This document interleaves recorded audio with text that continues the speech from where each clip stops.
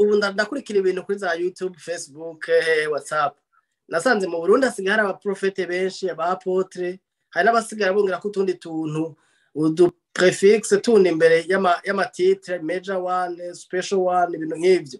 Kandi benshi nasanze n'abantu batonya mu myaka. None ivyo nivyoba navyo nyine ari resultat y'ingwane bagiye barabamisha ngo gifansha kibazo Bosco yabaza kuko je byarantangaje nasanze abantu bose ubu n'abavugisha i Burundi shashanye nje bavugisha n'abapotre. None ivyo nivyo ari consequence y'iryo shengero ryagira ba mu matati kuburyo abamo n'ibintu byo kumva umuntu bwibone. Sinzi kwico kibazo cyumvikana. Ndacumba gose no guha karorero nimba ukibuka ivyo mu Burundi. Urugo rurimwo rutarimwo imfizi udushuri twose turivuga. Sinzi ko iyo mvugo yumva. Hanyuma urugo rutarimwo isake uduswi twose turabika. Iyo niyo analogy je urazi ko maze igihe ndiko ndakora ku ishengero mutwaro wanje nga ku ishengero.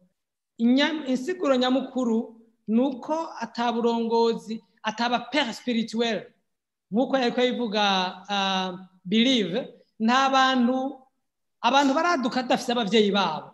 Abavyeyi nabo baca babiza bakatana ivya dadi na mami bitagira umutwe n'amaguru bitari biblique. Mugabo bibliquement parlant umuntu wese yakwa afise un mouvement apostolique yakuriyemo, un mouvement d'église yakuriyemo, ifise abarongozi badefinishije missiologie yayo, ecclesiologie yayo na theologie yayo. Mugabo ino umuntu aba sans adresse kubera ya demystification nakubwira yo muri 93 aho abantu bose kubera atabarongozi bakarorero b'abavyeyi bababaye abantu babishoboye bari bahari, abantu bose baciye bahinduka bakamenyi. Rero hariho bakamenyi bavyaye bakamenyi benshi, haca haza television rero yaje kuvyica aba Nigeria bajya bose ubona n'abadisciple b'aba Nigeria n'abadisciple baba Bushiri bo muri Malawi bajya n'abadisciple b'aba Tanzania ajya amavuta bayahererwa i Tanzania bayahererwa muri Nigeria bayahererwa muri South Africa baca baza bamwe arabapfumu abandi arabavugishwa. Byukuri twarabaye amvahi. Mugabo rero tubamvahi par l'extérieur ariko hariho muvuma zatanguye. Muvuma nini yatanguye sinumva kuvuga amazina ngaha. Hari abantu bigishije inyigisho za prosperity bambera Bujumbura baca batangwa n'amashure avyigisha abanyeshuri baca batangura amashure yabo baca bakonekta nabo ba Nigeria n'abandi nuko umuvuma yavutse.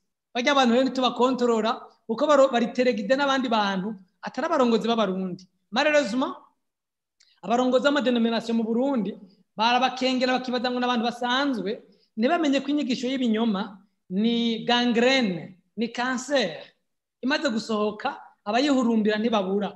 Ça détruit l'église. Je nibaza ko bazogenda gukanguka basanga n'abasenga amashengero ya kera kubera YouTube na social media basigaye bari muri zya nyigisho. Rero yo kawo mu byukuri si kubera amatati gusa, ni kubera ubwungere bubuze, ni kubera uburongozi buri faible, ni kubera n'amashengero ya kera nta murongo ugaragara bariko baratanga. Abarongozi turaba activist, mu activiste n'umuntu akora ivyo adashobora gusigura. Rero muri age activisme abantu baca bironderera iyo bakura insiguro bagaca barondera ahatariho. Kandi rero bibarondera urabona ko bituma umuntu aba puffed up, aba ukomeye, bihura na kameremere y'umwana w'umuntu, bihura n'inyungu z'umwana w'umuntu. Iyo muvuma